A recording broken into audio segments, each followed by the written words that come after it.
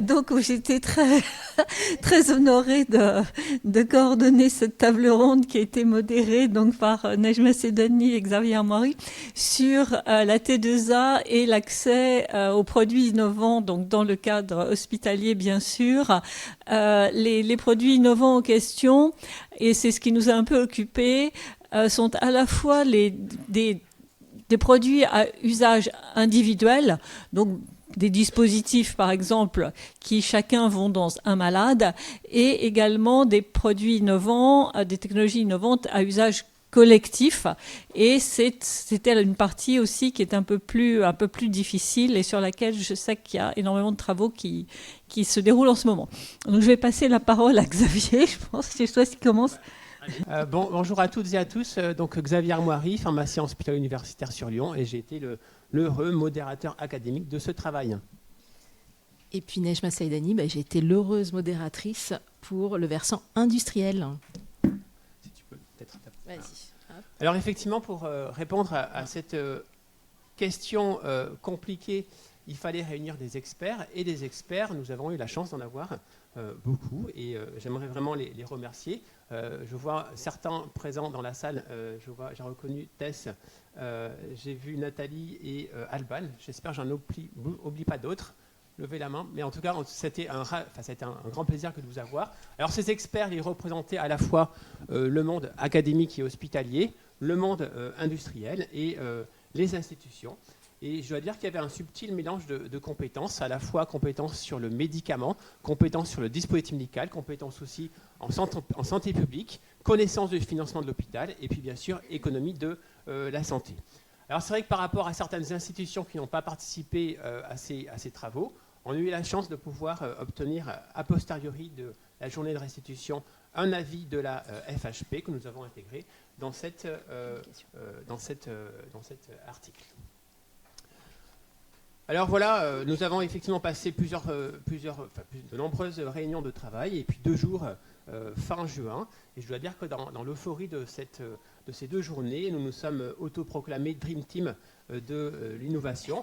Mais au-delà de ça, c'est juste pour dire que ça a été un vrai plaisir de travailler avec tout ce groupe et qui était effectivement autant sympathique que compétent. Donc je les vraiment remercie très sincèrement. Alors, rentrons dans le périmètre de la table ronde. Donc, là, vous voyez le résultat de l'apparition du décret qui est sorti au 1er janvier 2025. Mais lorsque nous avons établi ces travaux, nous savions que ça allait arriver, mais nous n'avions pas d'éléments concrets. Aujourd'hui, avec le décret non plus. Mais, mais c'est une réalité. Mais avec une meilleure visibilité. Donc on a dû surfer quand même avec différentes hypothèses, et puis vous allez le voir au regard de nos constats, qu'on a dû un peu nous adapter à un environnement qui était incertain, mais lié à une politique particulière qui est liée à notre situation actuelle. Donc, si on regarde le volet réforme hospitalière, donc on sait que nous passons de la fin du 100% T2A à une nouvelle réforme avec 3 compartiments. En réalité, le 100% T2A n'existe pas, ça vous le savez tous. Et ces compartiments, finalement, ils étaient un peu dissous. Et là, ils sont un peu mieux répartis avec des caractéristiques un peu qui leur sont propres. Donc on garde toujours le volet T2A, dont le poids sera un peu moins important. Il y a un compartiment qu'on appelle dotation forfaitaire et mission spécifique. Et enfin, un volet dotation forfaitaire sur objectifs de santé publique. On ne va pas pouvoir rentrer davantage dans le détail parce qu'une discussion eue avec la DGOS où la volonté pour cette réforme hospitalière, c'est d'avancer par petits pas. Nous savons qu'elle débute en 2025. La campagne budgétaire 2025 va débuter très prochainement, et que les 2 premiers axes sur lesquels il travaille, c'est la dialyse et la radiothérapie. Pour autant, est-ce que nous avons plus de spécificité, plus d'informations, plus de détails sur les états d'avancement? À ce stade, non. En revanche, il y a un calendrier qui permet de pouvoir suivre la progression vers laquelle ils vont avancer et qui va nous permettre, nous, de suivre si les différentes recommandations que nous avons pu faire pourront ou pas s'inscrire dans le cadre de cette réforme. Donc cette réforme, elle a quand même déjà débuté depuis 2023. Donc il y a plein de pilotes qui sont en cours et qui se mettent en œuvre. Pour autant, il n'y a pas de volonté de vouloir révolutionner non plus les établissements de santé, le financement des établissements de santé, mais plutôt de réallouer au plus juste les financements. Donc, on ne peut pas dire davantage de choses à ce stade. Cependant, nous avons fait des constats et des recommandations sur lesquelles nous allons pouvoir avancer. Alors effectivement, pour le point de départ de tout ça, c'était de savoir ce que l'on entend par une innovation. Je crois qu'on aurait pu passer une table ronde entière à définir ce que c'est qu'une innovation. En fait, il existe beaucoup de définitions dans la littérature sur le sujet. On avait trouvé en 2016 une revue systématique qui avait identifié 35 définitions de l'innovation. Alors là, on a eu comme priorité de ne pas générer une 36e définition. On a souhaité en revanche souligner certains points importants en rapport avec ce qui est essentiel à nos yeux concernant les innovations. Alors d'abord, sur un plan technologique, une innovation, ce n'est pas un gadget, c'est plus qu'une simple nouveauté. Idéalement, c'est une rupture technologique. Deuxièmement, une innovation, c'est quelque chose qui apporte un plus à des patients par rapport à un besoin médical qui est insuffisamment couvert. Et que ce bénéfice chez les patients, il doit être clairement objectivé, soit avec des critères de jugement un peu durs, finaux, de morbimortalité, mais ça peut être aussi par des critères de jugement rapportés par les patients. On pense en particulier à l'essor des prompts dans la prise de décision. En tout cas, voilà comment on a choisi de définir l'innovation. Le deuxième point, c'était effectivement de bien s'accorder sur le périmètre. Et toujours pareil, c'était important de ne pas proposer des choses qui fassent qu'on ne respecte pas l'ONDAM. Donc il fallait raisonner à ondant constant. Et pour les produits de santé que nous avons ciblés, c'était bien entendu les médicaments, les dispositifs médicaux, qu'il s'agisse de dispositifs médicaux à usage individuel, à usage collectif que l'on peut voir au niveau des hôpitaux, c'est mieux comme ça, les dispositifs médicaux numériques, en particulier quand ils sont utilisés à usage collectif, mais bien sûr aussi les dispositifs médicaux de diagnostic in vitro, on verra un exemple juste après avec ceux qui sont inscrits dans le RIHN. Et puis, par rapport au champ d'intervention, c'était bien sûr les dispositifs médicaux associés à des actes qui étaient en première phase de diffusion au niveau des hôpitaux. Parce que c'est clair qu'un produit de santé qui est diffusé quasiment partout, c'est difficile de continuer de le considérer comme une innovation. En sachant que nous étions aussi intéressés par les produits de santé avant leur passage en droit commun ou en dehors d'un passage en droit commun, si d'aventure, pour un produit de santé donné, il ne devait pas être éligible. Enfin, nous avons choisi de ne pas parler de la licence suisse, parce que ça, quelque part, c'est quelque chose qui est déjà traité dans les ateliers de GIAN, notamment avec un groupe de travail ad hoc qui doit remettre ou a remis des conclusions. On en saura peut-être plus après. Alors après, ça ne nous a pas empêché de râler des fois quand il y a des radiations de la licence suisse, mais bon, ce n'était pas le périmètre de notre travail. Tout à fait. Alors, en termes d'inclusion, de critères d'inclusion, nous avions les produits non éligibles à la liste en sus à usage collectif, équipement numérique, individuel ou DMDIV. On a aussi inclus des produits éligibles à la liste en sus, mais qui sont non inscrits. Nous avons inclus aussi les produits qui sont en sortie des RIHN et notamment pour les établissements publics qui se retrouvent confrontés à des difficultés de financement puisqu'ils ne sont pas éligibles à la NGAP. Et enfin, les critères d'inclusion, c'était aussi le volet MCO, donc médecine, chirurgie, obstétrique. Donc, nous ne sommes pas attelés au volet SSR, HAD ou autre. En termes de critères d'exclusion, nous avons exclu le volet périmètre des nouvelles organisations, parce que le chantier était trop dense, les produits entrant et sortant de la liste en sus, les technologies de santé bénéficiant d'une prise en charge dérogatoire et pour lesquelles il y a déjà des sorties de mode dérogatoire et de passage en droit commun, puisque ce sont des DM qui sont déjà fléchés, des produits ayant une ASMR ou une ASA de niveau 5, car on ne les qualifie pas comme une innovation, absence d'amélioration. Tous les secteurs hors MCO, donc SSR, psychiatrie, médico-social. Et enfin, dans le volet numérique, tout ce qui concernait l'ambulatoire et la ville.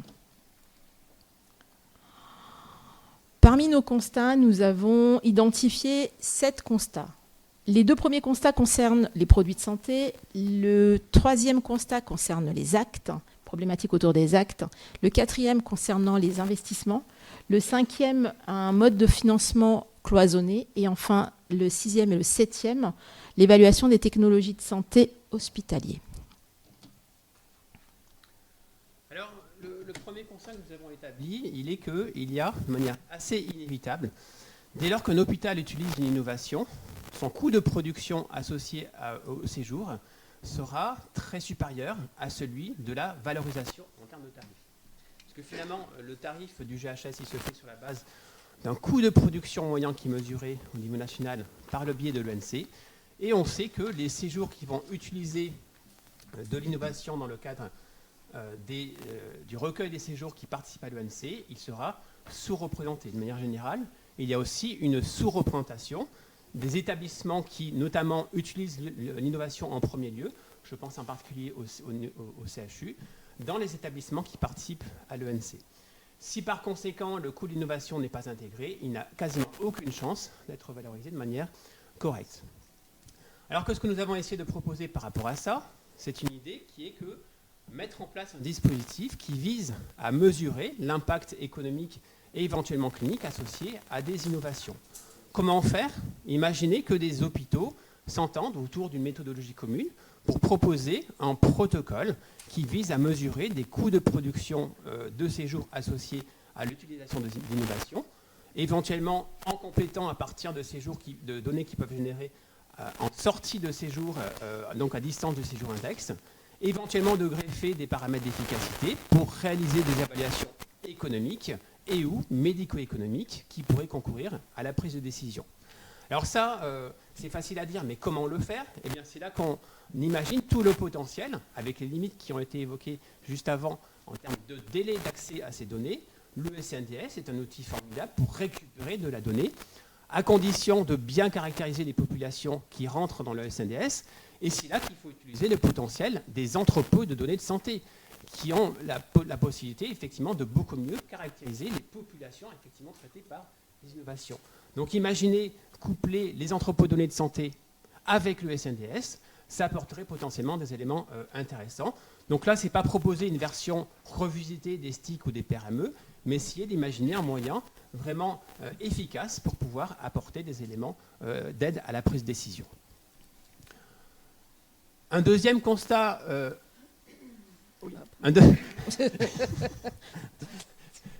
Un deuxième constat qui était en rapport avec certains dispositifs médicaux qui, en sortie de financement au titre de l'innovation, donc quand ils rentrent en financement de droit commun, ne sont pas toujours couverts de manière uniforme sur le territoire.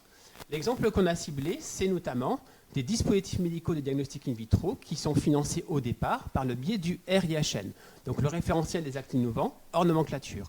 Donc je pense en particulier à des tests diagnostiques, à des tests génétiques utilisés en cancérologie ou en infectiologie qui rentrent complètement dans la médecine de précision. Et bien, dès lors que ces dispositifs sortent du RIHN, ils vont rentrer après évaluation par l'HAS en financement via la nomenclature générale, la nomenclature des actes de biologie médicale, avec des actes qui peuvent être facturés pendant des séjours dès lors que les patients sont pris en charge dans des établissements privés.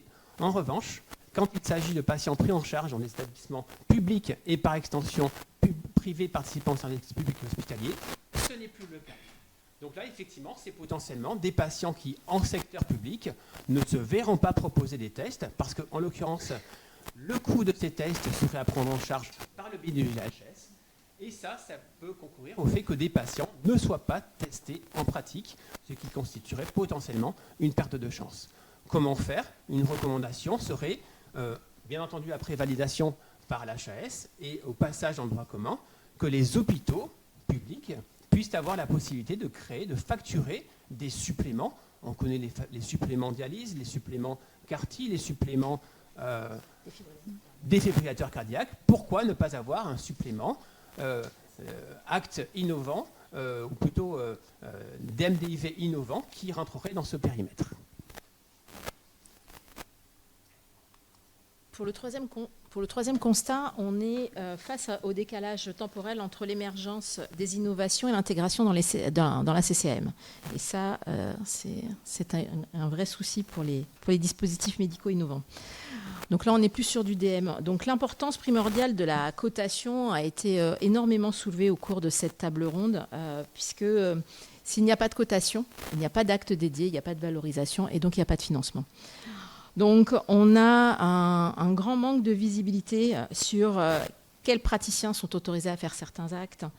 Exemple en radiologie interventionnelle ou en remplacement d'actes qui se substituent à des actes chirurgicaux.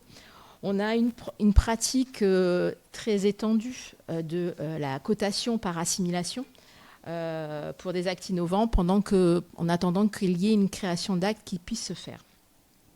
Donc ça, c'est un constat, c'est une réalité hospitalière. Comment on peut changer les choses et quelles sont nos recommandations ? La première serait de renforcer les travaux d'évaluation de la HAS. Alors, comment ? En arrêtant les campagnes annuelles, en faisant des évaluations plutôt au fil de l'eau, comme c'est fait pour les dispositifs médicaux.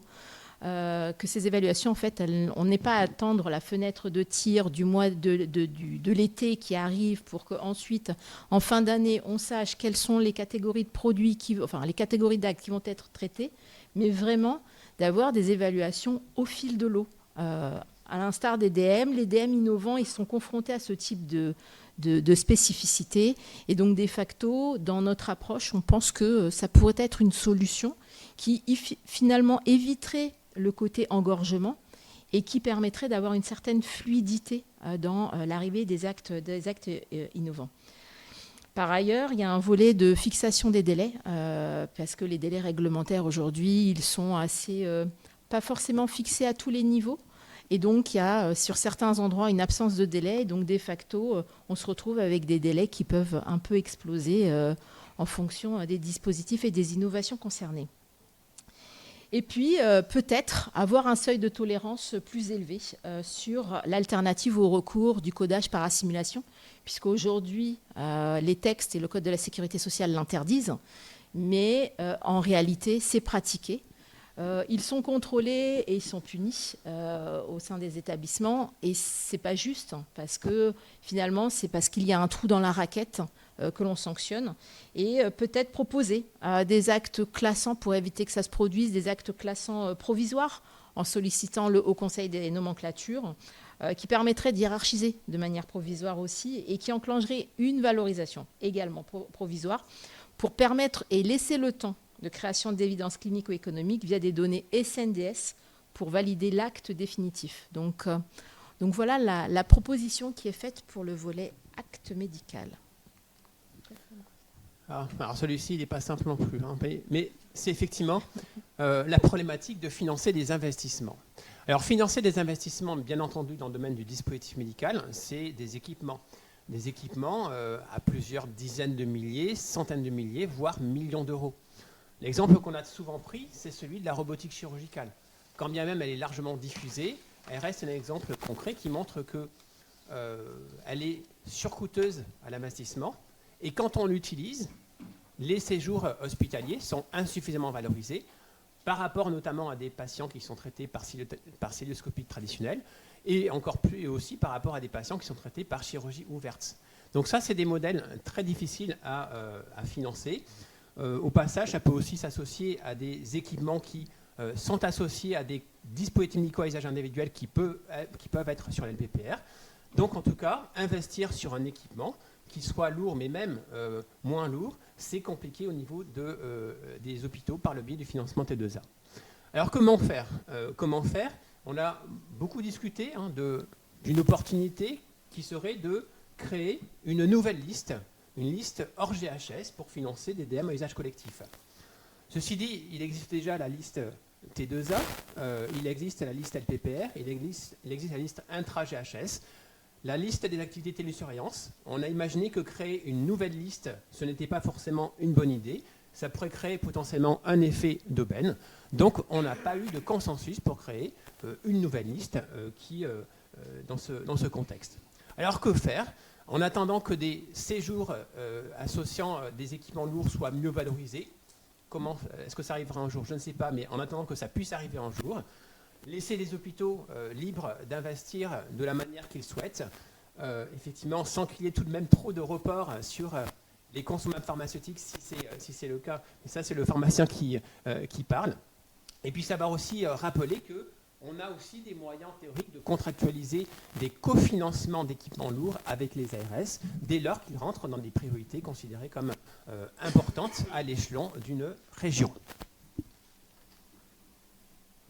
Ah oui, ça c'est toujours moi.